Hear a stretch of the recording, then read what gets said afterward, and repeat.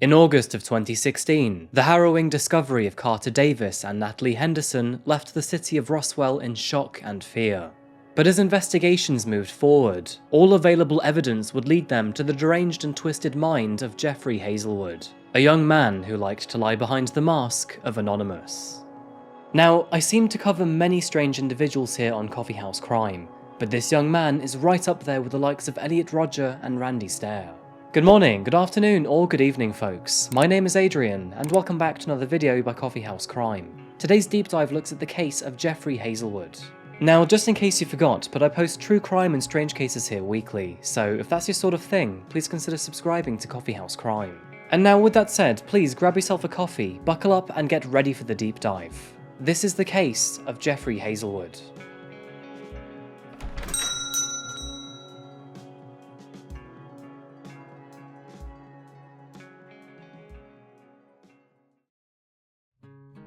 In today's video, we find ourselves visiting the state of Georgia in the United States. Georgia is well known for its southern hospitality, much like its neighbouring state Alabama. And of course, a list of all things Georgia is famous for would never be complete without its affinity for sweet food. But if you ask anyone from a country famous for its tea, be it Britain, India or China, this sugary monstrosity can hardly be called tea at all. You southerners should be ashamed. The Georgian city of Roswell, found just north of Atlanta, takes centre stage in our case today, as it's here that we find 17-year-old high school students Natalie Henderson and Carter Davis, followed by 20-year-old Jeffrey Hazelwood. The age gap between these three young people wasn't the only difference they had. Natalie and Carter were sociable, popular and intelligent teenagers, where Jeffrey, we'll get to that in just a moment. Natalie was the head of Roswell High School's colour guard, often spinning and presenting the school's flag at the forefront of public events. And Carter, who had recently moved into the area, was an honour student and athlete at River Ridge High School. And in August of 2016, the two were on summer break, gearing up for their senior year. On the other hand, we have 20-year-old Jeffrey Hazelwood, also known as Jeff. Jeff was a strange guy, and although he graduated with average grades, his schooling was less than normal, being sent to two military-style schools during his teenage years. Ever since graduating, Jeff found himself lost. He remained unemployed for a few years, until eventually, he managed to secure two public service jobs to keep himself afloat. As these cases often go, Jeff had a very troubled childhood. His mother, Sherry Hazelwood, welcomed Jeff into the world on July 10th, 1996. But this wasn't under the healthiest of circumstances. Sherry was a single mother and only 19 years old when she gave birth to Jeff. Her partner had left her before he was born, and during pregnancy, Sherry suffered from various substance abuse problems. Sadly, both alcohol and drugs were persistent issues. It slowly became evident that Sherry was not capable of raising a child, so when Jeff was only 6 months old, he was put in the custody of his grandparents, Walter and Martha Hazelwood. However, the family's problems didn't stop there. Sherry was required to pay her parents $40 a week to help look after Jeff, but after falling behind over $12,000, her own parents took her to court. At the young age of 9, both Jeff and his mother were ordered to go to counselling together, and his mother Sherry would go to extra therapy sessions all by herself. And although Jeff's grandparents cared for and raised him with love, the dramatic relationship with his mother caused him to act out in rather unusual ways. Put bluntly, Jeff was described as a problem child, and throughout his teenage years, multiple incidents were reported within the Hazelwood household. He would often spend his time swinging swords and throwing knives in his neighbourhood's yards, and even had the police called on him when he was seen messing around with a gun. Jeff had a habit of running away too. In one instance, he left a note to say that he was running away for a few days to see if he could survive in the wilderness alone. Over this time frame, he had also stolen his grandfather's 9mm handgun, and knowing what he was capable of doing, this understandably terrified them. Jeff began to frighten his grandparents. They began to fear him so much that they would lock away anything that could be used as a weapon. But Jeff was sneaky. He often broke into the safe and stole knives and swords. It became so bad that in 2013, when Jeff was 16 years old, his grandmother would reluctantly report it to the police. There was likely an additional layer of worry behind this action, as just 6 weeks prior, Jeff had told Martha that one day he was going to explode, and people were guaranteed to get hurt. He didn't know how, who, or when, but it would undoubtedly happen. As a result, he was sent to a military-style school, and shortly after returning, he found himself in a relationship that he valued more than anything else in this world. You can see this on his Instagram account, where he frequently posted about his love for his girlfriend. That's between several edgy posts featuring wolves, cheesy Instagram quotes, dark posts about rage and death, and his shirtless ventures into the woods. It must be obvious by this point that Jeff was a very strange individual with several issues paramount to work through. However, this would never happen, and the city of Roswell would, unfortunately, deal with this the hard way on August 1st, 2016.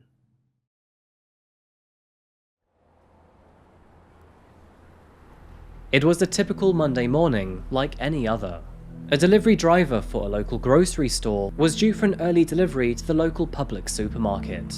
But at 6 AM, just as the man pulled his truck around the side of the store, the sense of normalcy was ready to change abruptly. As he pulled his vehicle around the corner to access the delivery area, he was met with a sight nobody is ever prepared to see. In one of the parking spaces lay two bodies side by side, and both were lifeless, covered in blood. In shock and horror, he immediately called 911 to report his findings.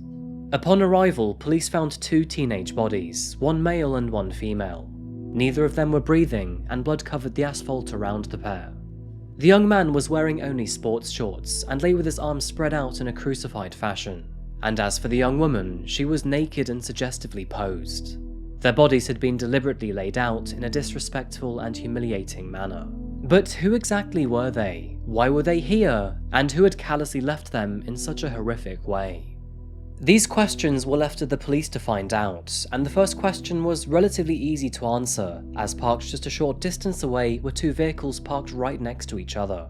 A check on their license plates confirmed that the two vehicles belonged to Carter Davis and Natalie Henderson, and tragically, the bodies matched their profiles.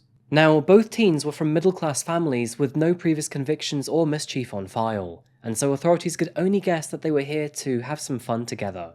But who had killed them or why was still yet to be known, and so the great investigation finally began, with the search beginning with the shopping centre's surveillance footage. Although not available to the public, surveillance footage captured Natalie and Carter's cars driving through the car park at around 3 AM, before disappearing behind the building. And this is not all that they had found. Just several minutes before the pair drove into the parking lot, a silver Honda Passport had also made its way through to the front of the store. After Natalie and Carter had arrived and then passed this vehicle, a man exited the Honda. He then followed the two cars on foot before also disappearing from view. The man was tall, pale, and had long messy hair, but otherwise was indiscernible. And unfortunately, the number plate of this truck was also not visible in the footage. All they could tell was that the vehicle was silver, a 1999 or 1998 model, and had mismatched wheels. After gathering this information, police turned to Georgia's Bureau of Investigation for help, hoping they could track down their suspect. This entailed composing a list of all Honda Transport owners in Roswell and its surrounding counties. And even after filtering down to 1998 and 1999 models, this still contained a total of 650 trucks and owners. As expected, the process of elimination is both long and complex. It requires patience, persistence, and dedication from a large group of detectives. They would have to look at every single individual and rule out everyone who didn't match the profile in the surveillance footage. But patience rewards those who stick to it, and through this process, on August 3rd, 2016, which was just 2 days after Natalie and Carter were found dead, detectives pulled up the driver's license of one specific Honda Passport owner. He lived in Roswell, was skinny, pale, and had long dark hair. As you can probably guess from the title of this video, but the man identified was 20-year-old Jeffrey Hazelwood, and he was no stranger to police. Knocking on the front door of the Hazelwood residence, Walter and Martha were surprised to see several men in police uniform, and that surprise quickly turned into concern. They told police officers that they had no idea where Jeff was, as it turns out only 2 days prior they had kicked him out of the house. After being tipped that he could be at his girlfriend's house, police discreetly surrounded the perimeter, and lo and behold, sitting in the driveway was his vehicle. So police played the game of patience and tucked in, waiting to see if anyone entered the vehicle to claim its ownership. And just a few hours later, Jeff eventually emerged from the property, got in his car, and drove away. In close pursuit, undercover police observed him drive into a local gas station, pace around the car park, and then completely change his clothing. It was around this time that officers swarmed around the young man, and before he had any time to react, Jeffrey was finally arrested on suspicion of murdering Natalie Henderson and Carter Davis. Jeff initially denied killing the two teenagers, and after a few days in custody, he was interrogated by Detective Jennifer Bennett, a female investigator assigned to his case. And in this interview, several strange details came to light. That's you running away the first time, after you shot them. Running away. At other times, he seemed to talk about a voice in his head that told him to do it. Because the bad guy would have gotten you.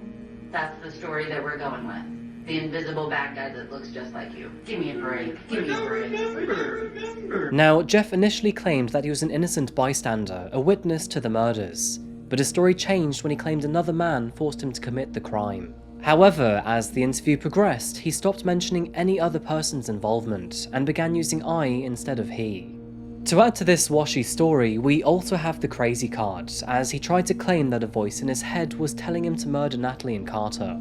And although not publicly available, but apparently Jeff also switched to a British accent before flipping back to himself. Honestly, his entire interrogation sounds bonkers to say the least, and I wish there was more for us to break down, even if it was just to hear the old Brit. Despite the various lies and techniques against her, Detective Bennett eventually extracted the whole story out of Jeffrey and discovered what exactly happened on the night of August the 1st. It all started after Jeff had been kicked out of his grandparents' home. He drove to a local Waffle House to clear his head, but with nowhere to sleep for the night, he moved his SUV to the only place he knew he could park overnight, this being the local Publix grocery store. Arriving there just before 3 AM, he sat in his car and pondered what to do next. Dark and sad thoughts entered his mind. He was now homeless, vulnerable, and alone. As he sat there, two cars pulled into the parking lot. They drove past Jeff, turned the corner around the building, and then disappeared from view. But Jeff was bored and alone. He therefore decided to follow the two vehicles on foot around the back of the store. With both cars parked next to each other, Jeff watched on as Carter Davis got out of his vehicle and into the back of Natalie's. She then climbed into the back seat to join him. The pair clearly wanted to spend some time alone. Despite this intimate moment, they had no idea that Jeffrey was crouched behind a nearby electrical box watching. This wasn't enough for the perverted Jeff. He wanted to see more. In order to get a better look, he used a nearby maintenance ladder to climb up on the roof and watch from above. But this wasn't for very long, as just 2 minutes later, he self-allegedly snapped, and whatever was going through Jeff's head at the time then turned to anger. Now, the last thing someone in a mental health crisis needs is a gun, and unfortunately, he just so happened to have one. In typical Jeffrey fashion, he had broken into Walter's safe and taken his 9mm Sig Sauer, and this was all just before he was kicked out of the property. What Jeff did next is unthinkable. He then descended the supermarket roof, approached Natalie's vehicle, and opened the car's rear door. What did you say to them when you opened the door? Listen, get out, right now. Did you hit him? Yes. Okay. What did you hit him with? After ordering Carter out of the car and striking him with a pistol, Jeff panicked. Carter was taller and stronger than him, and he knew he was at a disadvantage if a fight occurred. Jeff raised the gun and shot Carter at point-blank range in the head, and next he ordered Natalie to get out of the car, keeping the details vague out of respect, but he then began to assault Natalie, and shortly after this he shot her in the back of the head as she faced away from him. After both of his victims were, well, dead, he then searched Natalie's car and stole her purse. He then returned to his own car and drove off into the dead of the night. The man's crimes wouldn't stop there, however, as later on that night he was spotted at a gas station refueling his car with Natalie's card. What's more disturbing about this is during this time he was caught on CCTV wearing a Guy Fawkes mask as seen in the movie V for Vendetta. These masks are often worn by members of Anonymous, which of course, as many of you will know, are an online hacker and activist group. I think in this case though, as Jeff was not smart enough to be one of those, he was simply using the mask to hide his identity and be edgy. It strikes me as strange that, despite having a gun and a mask on him, and even warning Miriam about his troubled mind, Jeffrey claimed that he had no plans to commit any crime. And even before admitting to any of his actions, Jeffrey initially claimed that the mask was to hide his own identity from the man who had apparently ordered him to kill Carter and Natalie.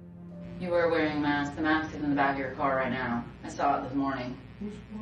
The V for Vendetta mask. Yeah. I was scared the guy was still there. They put him to see Did you him. think the mask was not gonna have him kill you? If there's some crazy person back there with a gun, you thought you could put a little plastic Halloween mask on your face and you'd be okay? That's the most ridiculous thing I have ever heard, Jeffrey. Are you kidding me? After buying gas, Jeff then returned to the bodies, realised they had still not been discovered, and then posed them as they were found a couple of hours later. He then stole jumper cables from Carter's car and drove away.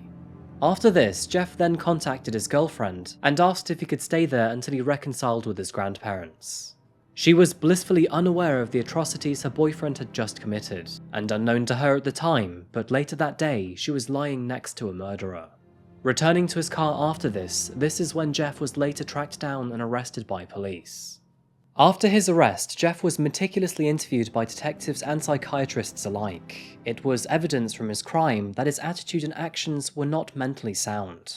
In fact, his behaviour throughout court proceedings was downright bizarre. He would talk to himself, claim to have heard voices, and speak in a British accent. Which, come on, you would have to be downright crazy if you wanted to sound like a Brit. In the court proceedings immediately following his arrest in August of 2016, Jeffrey was observed to be shaking, making erratic head movements and talking to himself. He also frequently spoke to an invisible dog, and would pretend to pat its head. In further hearings, Detective Bennett tearfully recounted Jeffrey's confessions, and relayed the gruesome details he had told her about the night's events. And what else did he say? He said at that point, he got the female out of the car and made her lean over the hood from the side of the car, and he said that he spanked her. And was she still alive at this point? She was. And what else did he say? Sorry. At this point, he said that he shot her, and she fell next to the car, And where did he shoot her? in the head. To nobody's surprise, the defense argued that Jeffrey showed signs of schizophrenia, bipolar disorder, Asperger's, and multiple personality disorder. Having just one of these conditions can be enough to manage and overcome, and if Jeffrey were to have all four, then this would understandably make him an unstable individual. And although Jeffrey showed symptoms of all these conditions, none were actually formally diagnosed to a definitive level, which meant he was deemed able to stand trial. It was also determined that with proper medication to treat his apparent symptoms, he would be stable and coherent enough to understand and rationalize a court hearing. In working with his attorneys, I don't think that affects it much at all. I think Mr. Hazel has demonstrated an ability to indicate to his attorneys and show them when he's having difficulties. So, my understanding of what you're saying to be that while there might be difficulties getting through a prolonged trial, it doesn't change your opinion of his competency. It just might require recesses and time periods for more conversations with attorneys to understand where he is. Yes, Is that? that is actually what I'm saying, yes ma'am. And so, with a mass amount of evidence from CCTV, forensics, and evidence seized, it didn't take long for the prosecution to build a credible case against him, and an initial court date was set for September the 9th, 2016. Now, we are more than used to this excuse, but before he could even be tried, his court date had to be postponed numerous times. This is because Jeff told prosecutors that he still wasn't on the proper medications, which is a believable excuse due to the multiple symptoms he was said to have. During this time, Jeff was moved from prison to a secure psychiatric hospital for ongoing treatment until a final court date was set. And at competency hearings before his trial, Jeffrey appeared clean-cut and fuller-faced, but he still occasionally rocked in his chair. Moving forward, psychologists couldn't quite pinpoint the exact mental health conditions Jeffrey had. It was, however, agreed that he suffered from psychosis, which is not a mental illness in its own right, but a disorder that detaches an individual from reality. This judicial limbo would not last forever, and after finally being declared as efficiently medicated and coherent, Jeffrey Hazelwood went on trial on May 17, 2017. During this time, he was not permitted to speak, so his lawyers were permitted to speak on his behalf. The judge would also offer a plea deal for the murders of Carter and Natalie, in which Jeffrey accepted under the grounds that he was guilty but mentally ill. He was therefore given 2 life sentences without the possibility of parole, and this means he'll be behind bars or psychiatric care for the rest of his life, and will never be able to walk amongst the public again. Although mental health definitely plays in this case, and it's clear that Jeffrey was troubled, it is also safe to say that he had complete clarity over his actions. He fantasized about snapping, stole guns, and refrained from using medication. He also understood that his intentions were deviant and sick, and would result in death. And perhaps the one thing that we will never know is his motive, as this is something he has never disclosed. Natalie Henderson and Carter Davis were very much loved members of their families, schools, teams, and friendship groups. I know it's cliche to say, but they were both mere 17-year-olds at the very beginning of their adult lives. And with high school and further education under their belts, both were set up for a bright future ahead. It is a real tragedy that those futures were ripped away from them by the twisted mind of a thoughtless individual. Natalie was only 17 years old and had so much more to give and experience in her life. She will never graduate from high school. She will never experience college. She will never get to fulfill her dream of becoming an architect. She loved to sing and play the guitar and write poetry. None of us will ever be able to feel the warmth and tenderness of her welcoming embrace again in our lifetime. Who knows what Natalie and Carter could have given to this world or those around them, and tragically, that is something we will never find out. Thankfully, after his despicable actions, the man who caused so much grief to these families will never see the light of day again, and I can only hope that they find peace moving forward. Now, I feel that we've addressed Jeffrey's mental health to quite a large extent in this video, but one thing that we haven't covered is, well, his mother's alcohol and drug abuse problems. It is likely that Jeffrey suffered from fetal alcohol syndrome, and if that was the case, this is something he had no control over. It does beg the big question if his mother had any influence over his actions 20 years prior, as fetal alcohol syndrome can mess you up quite bad. He was also never fully diagnosed with any of the 4 conditions he tentatively had. So do we really know what he was suffering from? Those are just my own thoughts, and to be honest, they leave more questions than answers, but I would love to hear your own thoughts on his mental health. And on that note, I'm going to wrap this case up, folks. Thank you so much for watching another video today by Coffee House Crime. If you found this case interesting, then please like the video and subscribe if you haven't yet, and please leave your thoughts in the comment section down below. And as always, I'll see you again very soon for another video, but until that moment arrives, please remember to look after each other, and of course, stay safe. Thank you. Goodbye.